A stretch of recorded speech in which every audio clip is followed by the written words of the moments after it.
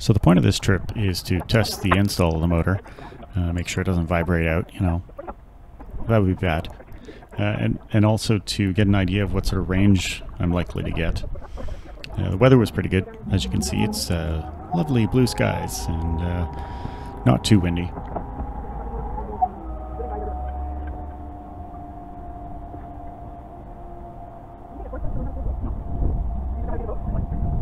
Took about an hour and a half full trip, and we went about 4.5 nautical miles.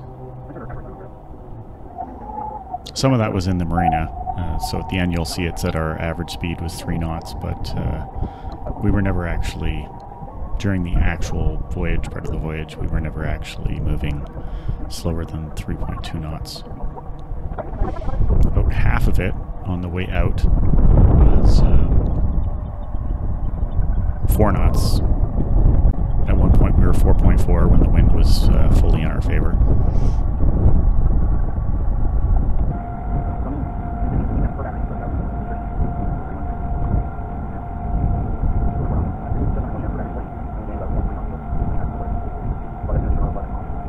When the wind wasn't in our favor, we're going about 4 knots, like maybe 4.2, 4 to 4.2.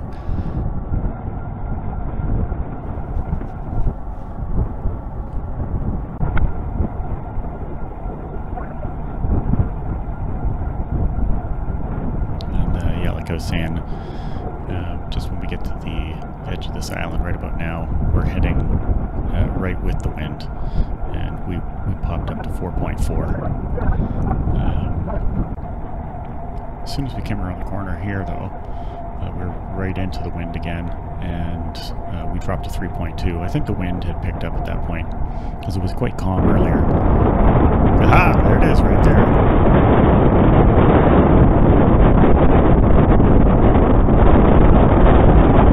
It slowed us right down to 3.2.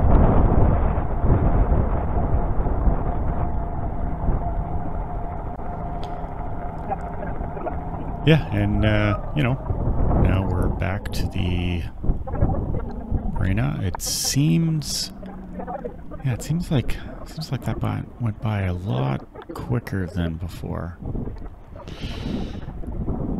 So I think I might have sped the video up a bit.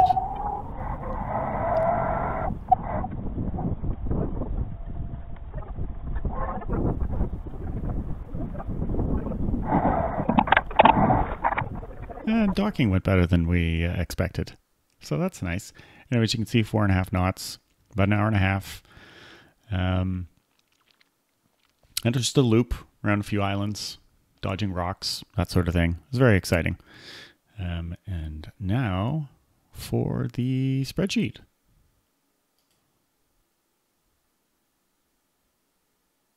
Oh, and they're clapping because, well, their expectations were quite low for the docking portion of our trip and how smoothly it would go.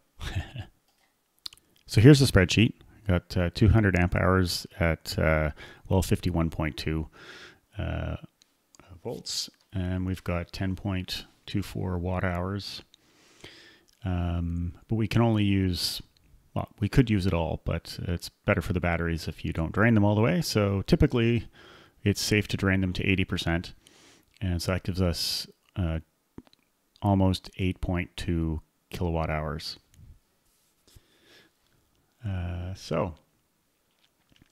The low draw, as I went on without changing the throttle, the draw went up as the wind picked up, and as we went into the wind, it just seemed that the amperage draw went up, so it went up to about 34 total between the two batteries.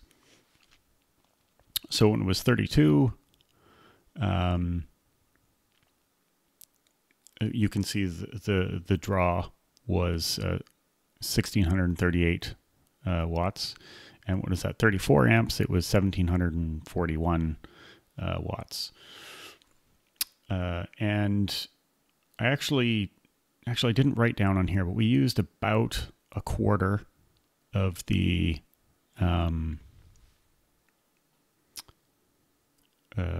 battery.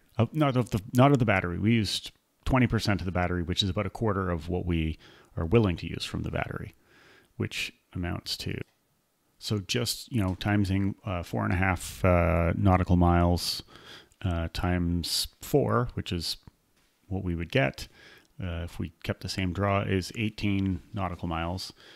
As you can see, at 3.2 knots, which was what we were moving towards the second half of the trip, we would only get 16 nautical miles.